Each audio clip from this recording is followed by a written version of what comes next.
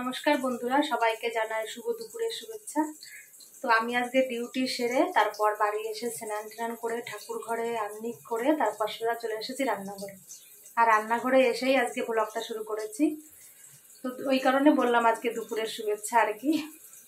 তো এখানে ভাত বসিয়েছি আমি, ওখানে তরকারি মানে একটা ভাজা বসিয়েছি আর তরকারি করবো একটু। মাছ নেই আজকে, আমাদের নিরামিষ।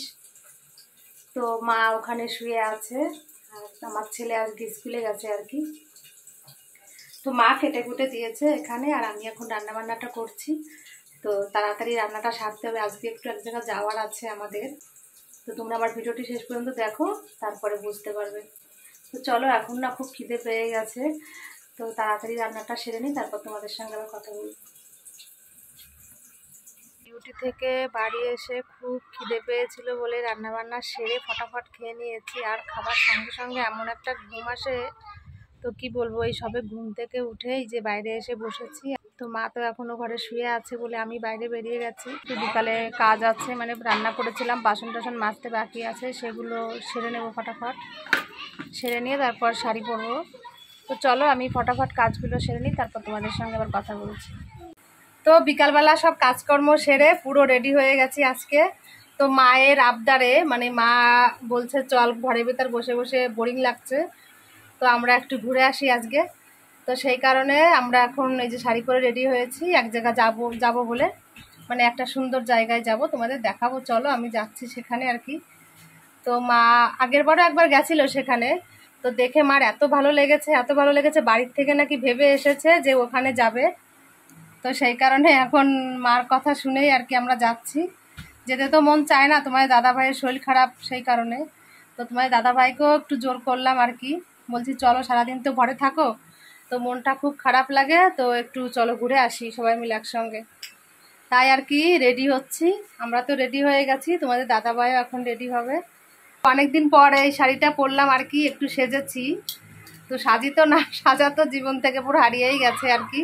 তো সেজেছি, বলো তো শাড়িটা পরে আমাকে কেমন লাগছে দেখতে। তোমার দাদা ভাই তো বলছে কালো লাগছে দেখতে, আমাকে একদম কালো লাগছে বলো তোমরা?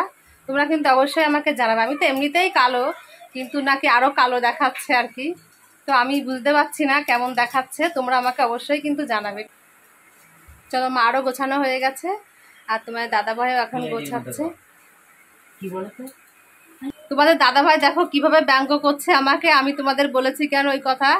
তো বলছে হ্যাঁ, খালি ওরকম করে বলেই যাচ্ছে, দেখতে তো এমনি খুব কুচ্ছিরি, তারপরে দেখো ওরকম করে বলে যাচ্ছে। কি বলবো বলো, আমরা কালো বলে কি আমাদের একটু সাজতে ইচ্ছা করে না? তো সাজলেও দোষ। ওই দেখো এখনো ব্যঙ্গ করে যাচ্ছে আমাকে, তো কি বলবো বলো।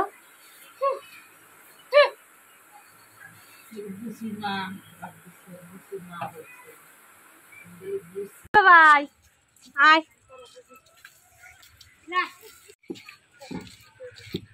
কোথায় বসবো? ওই সিটটা খোল।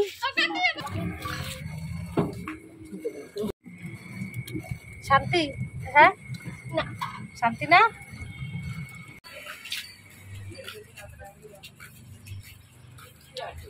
তোমাদের তো বলেছি আমরা একটি সুন্দর জায়গায় ঘুরতে আসবো, তো চলে এসেছি সেই জায়গায়, তোমাদের দেখাবো এখন আমি।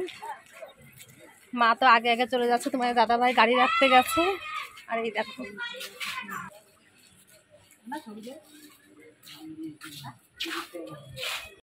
চলো তোমাদের পুচকুটা ওই যে আগে আগে যাচ্ছে, আর আমার মা তো ওখানে ওই যে।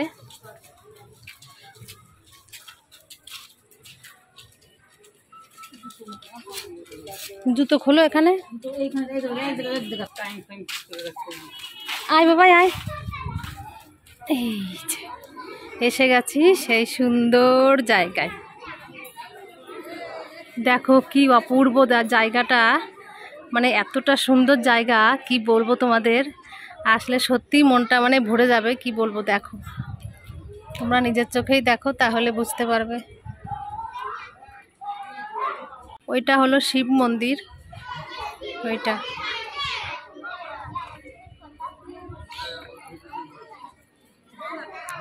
আর এটা হলো বজরাংবালী মন্দির। তো এই জায়গাটার নামই হলো বজরাংবালী মন্দির।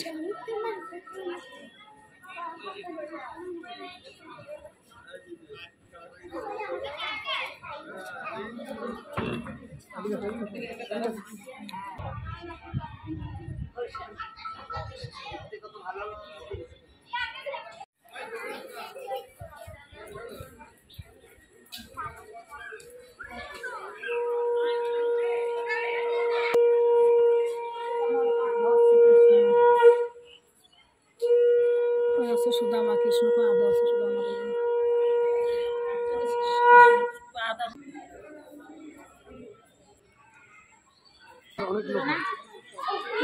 বাবা রয়েছে গাড়িতে, বাবা বলো না আমি যাবো না। চলো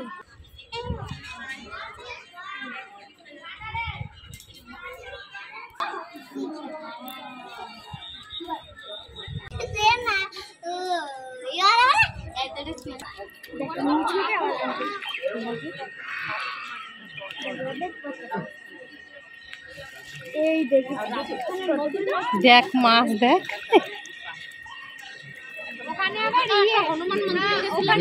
কত মাছ আছে। হনুমান মন্দিরে গেলাম না তো মাছ উনি এইখানে কি সুন্দর দেখাচ্ছে। দেখ এ ভাই এদিকে দেখ না, ফোনের ভিতরেই দেখ শুধু।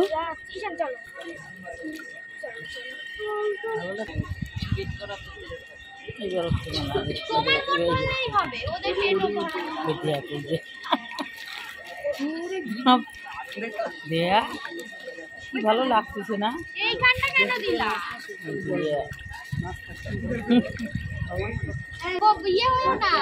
মুড়িগুলো খাচ্ছে কিভাবে তাই দেখো।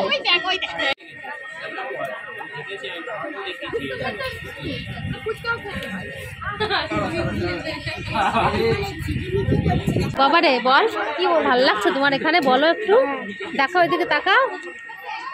ভাল লাগছে তোমার সোনা? হ্যাঁ অনেক ভালো লাগছে দেখে সবকিছু। হ্যাঁ তোর বাবা তো আসেনি, বাবা গাড়িতেই বসে আছে।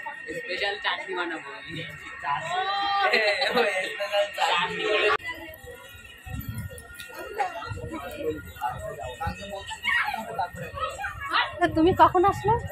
হ্যাঁ বলো, তুমি চুপি চুপি করে কখন আসলে? তুমি মাছ দেখলে দাঁড়া দাঁড়া এক জায়গায়? হ্যাঁ কিরকম করছিল মাছগুলো বলো।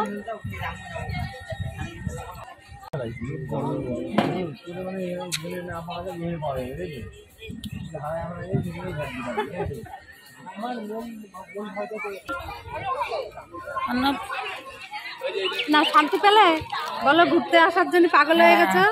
হ্যাঁ ভালো লাগছে,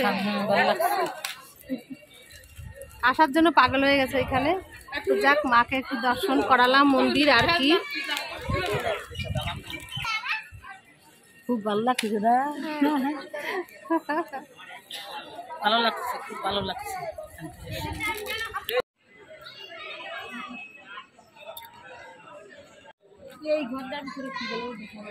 কোনটায়? এটা শিব মন্দির। ও এটা শিব মন্দির, এটা বজরংবলী মন্দির। হ্যাঁ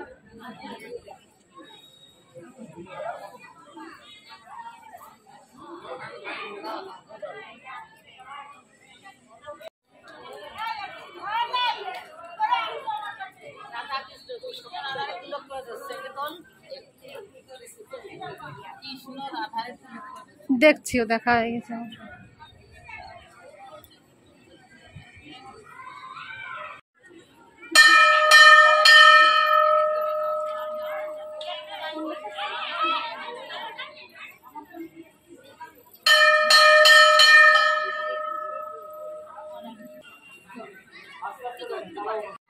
আমাদের মন্দির ঘোরা হয়ে গেছে, এখন আমরা বাড়ির দিকে যাচ্ছি, কারণ বেশিক্ষণ থাকা যাবে না, তোমার দাদা ভাইয়ের আবার অসুবিধা হচ্ছে, তো সেই কারণে বাড়ি যেতে হবে তাড়াতাড়ি, আরও রাত হয়ে যাচ্ছে, তো বেশি লেট করা যাবে না। তো মন্দিরটা তোমাদের কাছে কেমন লেগেছে তোমরা কিন্তু অবশ্যই আমাকে বলতে ভুলো না।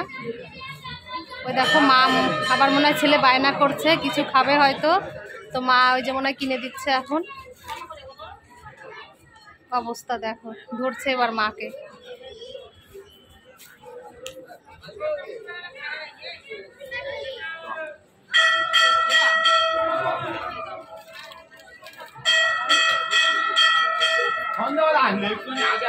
তো তোমাদের দাদাভাইয়ের তো শরীরটা মনটা ভালো থাকে না, তো সেই কারণে আরও নিয়ে আসলাম এখানে, যে আসলে হয়তো কিছুক্ষণের জন্য যদি একটু মনটা ভালো লাগে, তো সেই কারণে আনা। আর মাও একটু আসছে, মারও দেখার ইচ্ছা, তো সেই কারণে আরও আসা আর কি, এক কাজে দুটো কাজই করা।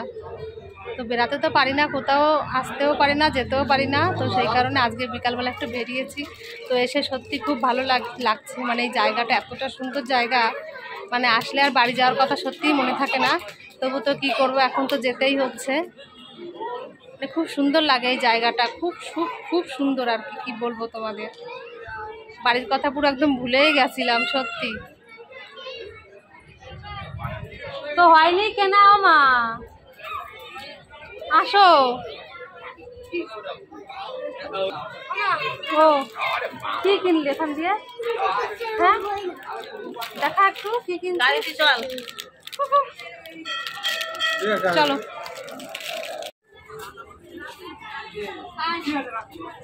না